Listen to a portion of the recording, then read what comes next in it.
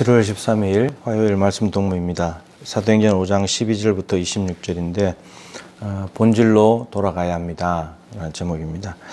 오늘 이 사도들을 통해서 표적과 기사가 많이 나타나게 되면서 믿고 주께로 나오는 자가 더 많아졌다. 남녀의 큰 무리가 예수를 믿게 되었다. 이렇게 말했습니다.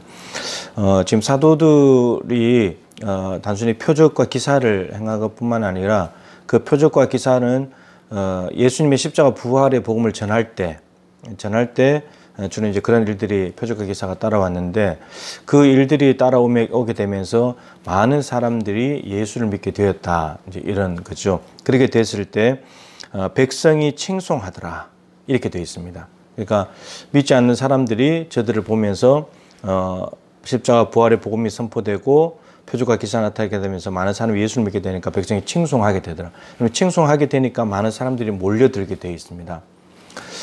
이게 초대교회의 모습인데 그렇게 된 이유는 십자가 부활이라는 복음의 본질, 그 본질을 사도들이 고수했기 때문에, 그리고 오늘 내용에 보시면 이걸 전하는데 시기 질투로 이 유대인들이 잡아다가 감옥에 가두는데 하나님이 또 그를 끄집어내시거든요. 그리고는 계속해서 이 말을 전하라 이렇게 말씀하십니다. 그러니까 하나님은 하나님의 일을 할 때 책임져 주시기도 하는데 근데 복음을 계속해서 전파해서 사람들을 구원하시려고 하는 이 목적 때문에 계속해서 하게 하시는 건데 사도들이 근데 구원하는 도구가 십자가 부활의 복음이었으니까 그걸 전하면서 표적과 기사까지 따라오게 되면서 많은 사람들이 칭송하게 되고 칭송하니까 예수를 믿게 되었다 이런 말입니다. 근데 지금 한국교회는 어떻습니까? 백성이 칭송합니까? 많은 사람들이 주께로 돌아옵니까?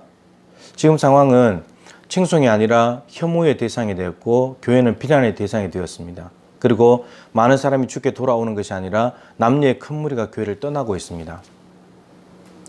초대교회와는 거꾸로 가고 있는 거죠.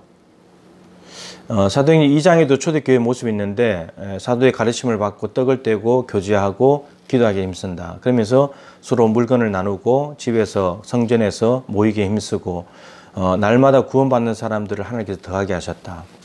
비슷한 모습이거든요. 근데 다 하고 있단 말이에요. 근데 다 하고 있는데 날마다 구원받는 사람이 더해지는 역사가 일어나는 게 아니라 오히려 더 교회를 떠나고 있다는 겁니다.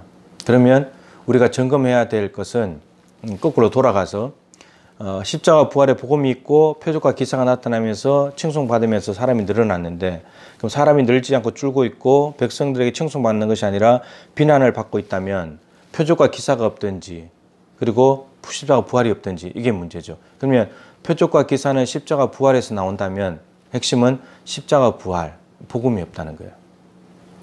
기독교의 본질이 없다는 거예요. 이 십자가와 부활이 강단에서 명확하게 선포가 되느냐 이것입니다. 이것이 가장 중요한 일이고 그리고 십자가 부활의 복음을 성도들이 받아들였는가 이것이 살아있는 복음인가 그냥 지식적으로 남아있는 복음은 아닌가 내 삶을 통째로 바꿔놓는 게 십자가 부활인데 십자가 부활의 복음을 받아들이게 되면 안 바뀔 수가 없습니다. 사람은 반드시 바뀔 수밖에 없습니다. 나의 죄를 대신 지시고 십자가에 죽으신 주님 그것으로 말미암아서 내 죄가 없어지고 다시 부활하심으로 말미암아 새 생명을 얻었고 영생을 얻게 된 사람인데 그 십자가 부활의 복음을 받아들인 사람이 어떻게 삶이 안 바뀔 수가 있습니까? 바뀔 수밖에 없는 거죠. 십자가 부활의 복음이 내 안에 먼저 살아있어야 되고 이 살아있는 십자가의 부활과 복음이 목회자들은 강단에서 선포가 돼야 되고 성도들은 삶 가운데서 십자가 부활의 복음에 맞는 삶이 나타나야 되고 근데 이것이 함께 어우러졌을 때 교회가 영향력이 있게 되면서 세상 사람들이 볼 때 뭔가 다른 십자가 부활의 복음이 없는 사람과는 다른 삶을 살아가는 교회를 보면서 교회는 뭔가 다르구나 교회 오고 싶은 마음이 들고 그러면 구원받는 사람이 많아지게 되는 거죠. 십자가 부활의 복음이 살아있는가 요즘 많이 외치고 있는 구호가 여호와께로 돌아가자. 신약의 메시지로 한다면 우리는 복음으로 돌아가야 된다.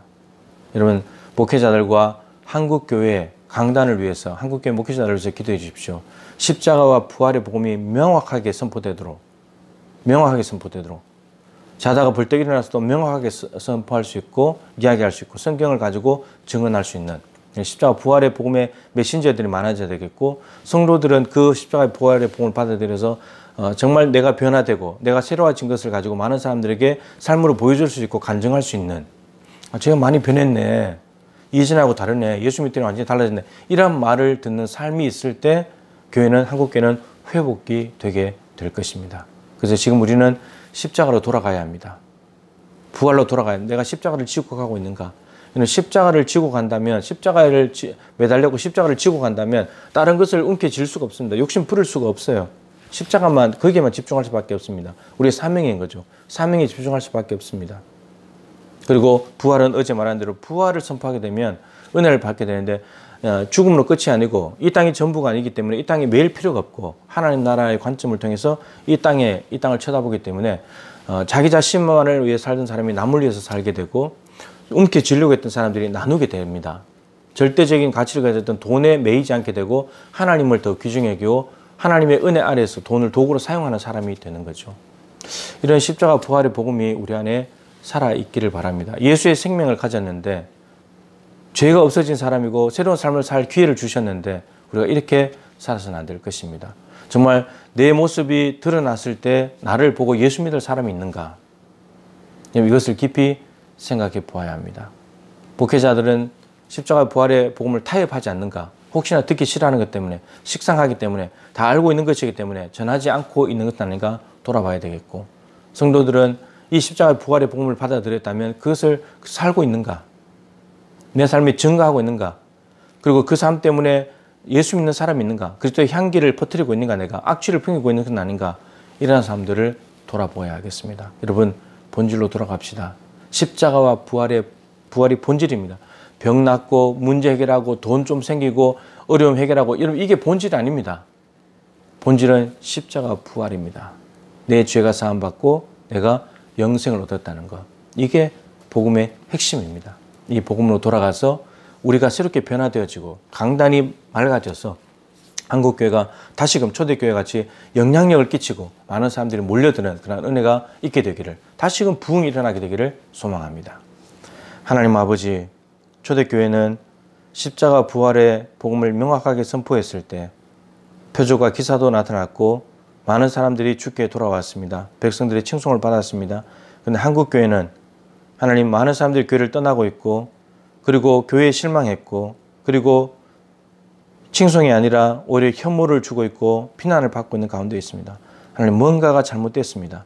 빨리 이것을 진단하지 않으면, 빨리 알아내지 못한다면 한국교회는 더욱더 방황하게 될 것이고 혼란을 겪게 될 것이고 교회가 문을 닫게 될 것입니다. 하나님, 십자가와 부활이라는 복음의 본질로 돌아갈 수 있도록 도와주십시오. 그 복음이 강단에서 선포되게 하여 주옵시고, 그 복음을 통해 변화된 성도들의 삶을 통해서 세상 사람들이 예수 그리스도를 알아차릴 수 있고 예수 그리스도의 향기를 느낄 수 있고 예수 그리스도를 볼 수 있는 은혜가 있기를 원합니다. 주여, 목회자든 성도든 모두가 다 본질로 돌아가게 하여 주셔서 이 시대에도 동일한 부흥의 역사가 일어나게 하여 주시옵소서. 예수님의 귀하신 이름으로 간절히 기도드립니다. 아멘. 여러분, 기도하시면서 하루 승리하시기를 축복합니다.